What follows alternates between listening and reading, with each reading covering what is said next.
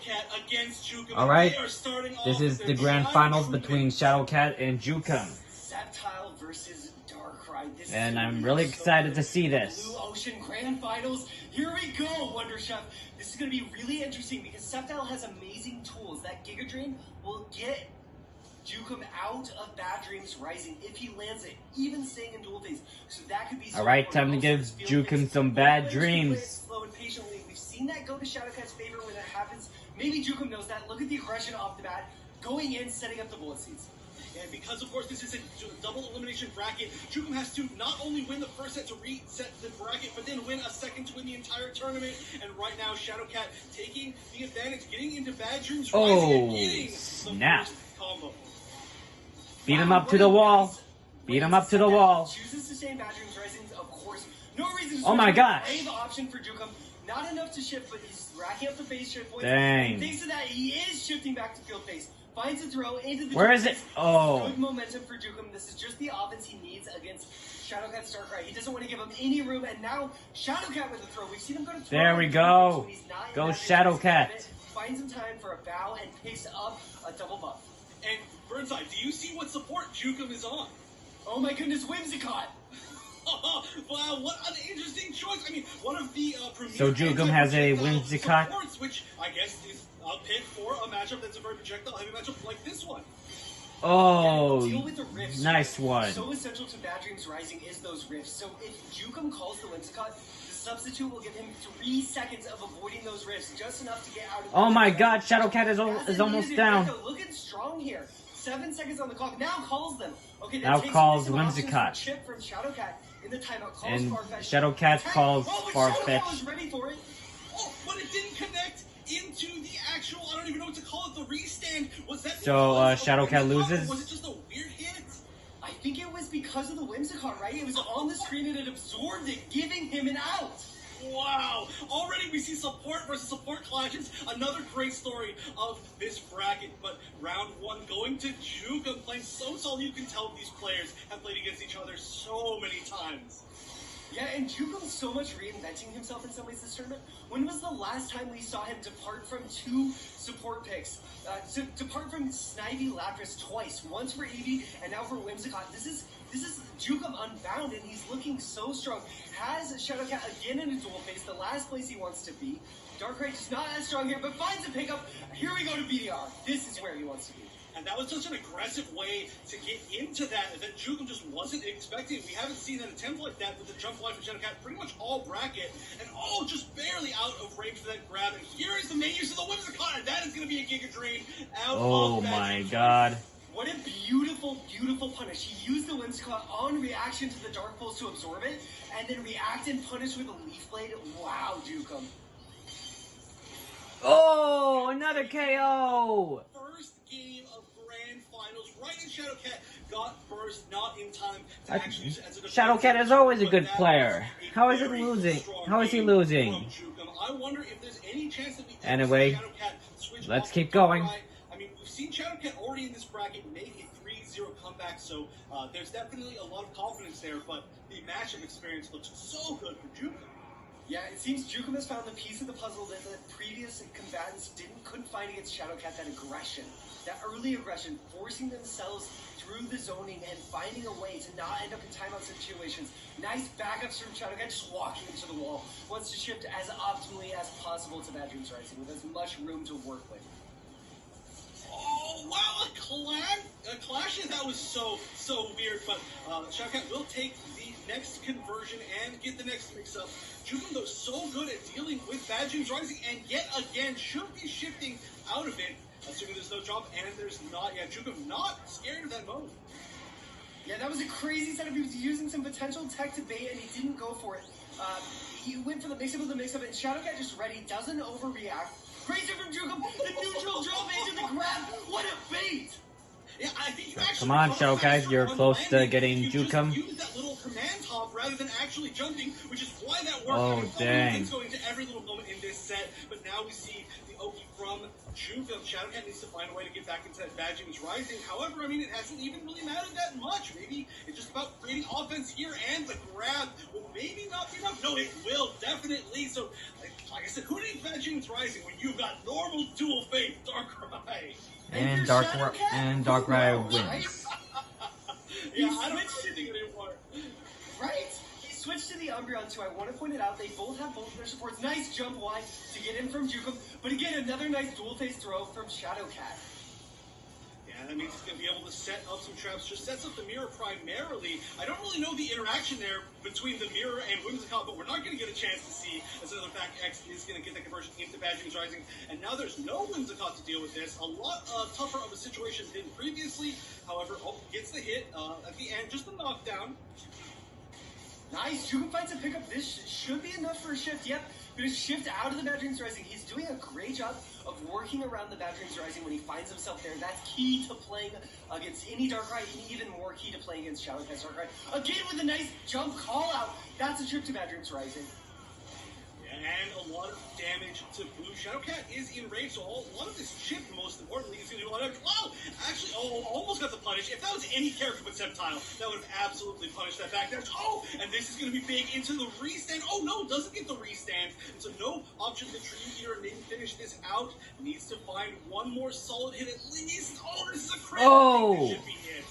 Wow, so Shadowcat And tied up. I want to break Jumken down is the down. there because Jumken had And Whimsicott up. Darkrai ties up the grand finals If match. Shadowcat goes to his normal offense, right? If he goes to those low strongs that create rifts, Jumken can call Whimsicott on reaction, armoring it and taking away the rift Alright. and getting a punish. Shadowcat knew that, so he didn't overcommit. He just played super patiently and was able to come out on top. That's a little bit of insight into why they were playing so patiently to close that out. Yeah, I mean, you can look at every little, 2-second moment and talk so much about it in this matchup. And it's because they play each other so much and they have so much experience in these matchups. But we just have to keep moving on. And of course, I love seeing that they managed to go a game apiece just in the first 2 games. This is a little bit more of a slow field phase. Not quite as much aggression as we've seen from Jumken or really from Shadow. Yeah. Oh, and nice. That's going to be a shift for Jumken. I think anytime it slows down, whoever picks up the synergy gauge boost, the crystals on the ground, is going to come out on top. And Jumken did a good job with that last time. Now resetting to dual phase with the corner. This is a good positioning. Nice positioning around the enhanced Dark Pulse there. That would have counter pierced. Now switching. That's going to absorb a punish. No! Shadowcat. Yeah, well, still able to get the hit through the initial armor. I mean, you do have a little bit of initial normal armor, but that was whoa! That was such a great read on that grab to get out of that situation. But I mean, just so ready for everything that's going to happen here. Shadowcat using these bullet seeds to build meter. Happy to do it with Nasty Blood. Interesting. Didn't want to commit to it again. Doesn't want to get too stale with his options, but that's given them a lot in the synergy race. Jumken now with Burst. Oh, and that's a catch! That's going to shift to Bad Dreams Rising. Now it's a tough connection that Shadowcat just made there. I think we might see a burst just to guarantee this. Oh, this is so much damage on the corner. Oh, he gets one more mix-up. It's grab or strike. The burst is big, but the mix-up's here, and it's going to be just hit with And who won that? Interesting. Not enough damage. Oh, Jumken won again. The read ones right there. Maybe just thinking that there was not enough time for any of these options to actually do enough damage. Yeah, I'm really curious. I guess he wanted to deny the cheer skill, maybe? It's the only thing I can think of for the thought process of Shadowcat there. I'd love to ask him in the future. But as you said, we're just moving on. Another field phase. Again, Jumken picking up those synergy crystals. If he can do that, it's okay to play a little bit less aggressively. He's just getting that incremental advantage, and he's not overcommitting. He's seeing the Dark Pulses. That's giving him meter. Every little bit is getting him closer to having burst, and it's making a difference. Yeah, and Nasty Plot, such a great option against these late jump Ys, the red leaves off of them, because it does eliminate a lot of those projectiles, and we're seeing that as an option, and that's why Jumken just keeps throwing it out. Quick release there. Again, Jumken taking advantage of Shadowcat's incredibly good reactions, knowing that he would react to the counterattack, letting go of it quickly. Great high-level mind games. Jumken looking strong here in game number 2. Yeah, and we have to see this defensive burst here. Shadowcat does not want to risk it, and this is actually now a nice situation. Of course, going for maximum damage, because you can't just go for the full homing into a knockdown and into Bad Dreams Rising. Awkward situation. Gets caught on the teleport back down, and not quite enough, but getting out of Bad Dreams Rising is huge. That means that it's not going to be a safe option to go for that first attack anymore, and in fact, just dashing up into the grab, the cancel off the neutral Y in field is going to take game number 3 for Jumken. Yeah, didn't even have to go to the burst that time. Moving ahead. Again, though, Jumken in losers. So he's going to have to win this set and another if he wants to get Shadowcat out of the tournament. We'll see if Shadowcat makes an adaptation in his support pick. He didn't. Yes, we do. Okay, so he switches to the Magikarp. He's been willing to do that today. Of course, Magikarp's so... It's like extra armor for protecting him from errant hits once he's in that Bad Dreams Rising. If there is a Leech Seed out, Magikarp is a great option for maybe resetting the situation rather than just taking a full combo. Shadowcat now into Bad Dreams Rising very quickly. Just 8 seconds. A nice throw tech there on the Giga Drain. Yeah, but of course, an offensive answer from Jumken, although the CA is outlasted. 2x tends to do that quite a bit, and a ton of damage cashing in. We actually see a lot less cash-ins for the charges into buffs in this matchup than we did in previous matchups from Shadowcat. Yeah, really interesting. Opting to use space instead to put phantoms on the screen. Those phantoms, of course, mimic his nasty plot and also give another Dark Pulse, but a beautiful Giga Drain from Jumken. That's going to reset the phase. He's in dual phase, so he doesn't even mind that drop, right? You want to be in dual phase. Having Shadowcat cornered his Dark Raid's a perfect place to be. Yeah, and avoids the Leaf Blade and avoids another Leaf Blade and gets the full punish with the 2YX and then gets a combo at the corner that actually would have, I think, been a restand into Bad Dreams Rising had there been a few more phase shift points available, but still a huge life lead from Shadowcat. Yeah, just 15 seconds left on the clock, so Jumken has to make something happen here. Goes for another Leaf Blade and it works.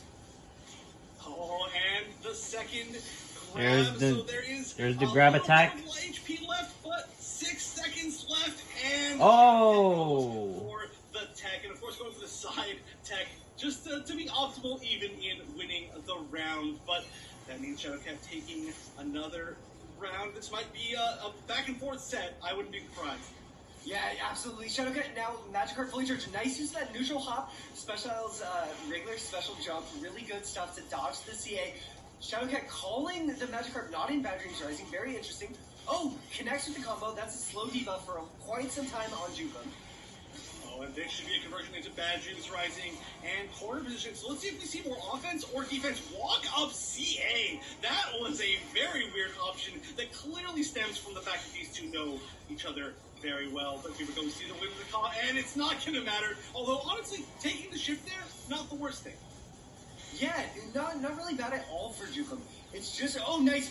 Counterattacks the back X. He's been using this Whimsicott really well, and I'm actually reminded that Elm used it to win Oceania Internationals too, so this tech does go back some time, and Jumken using it really, really well here.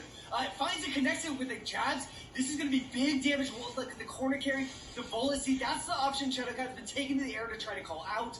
But here, Jumken with all the control.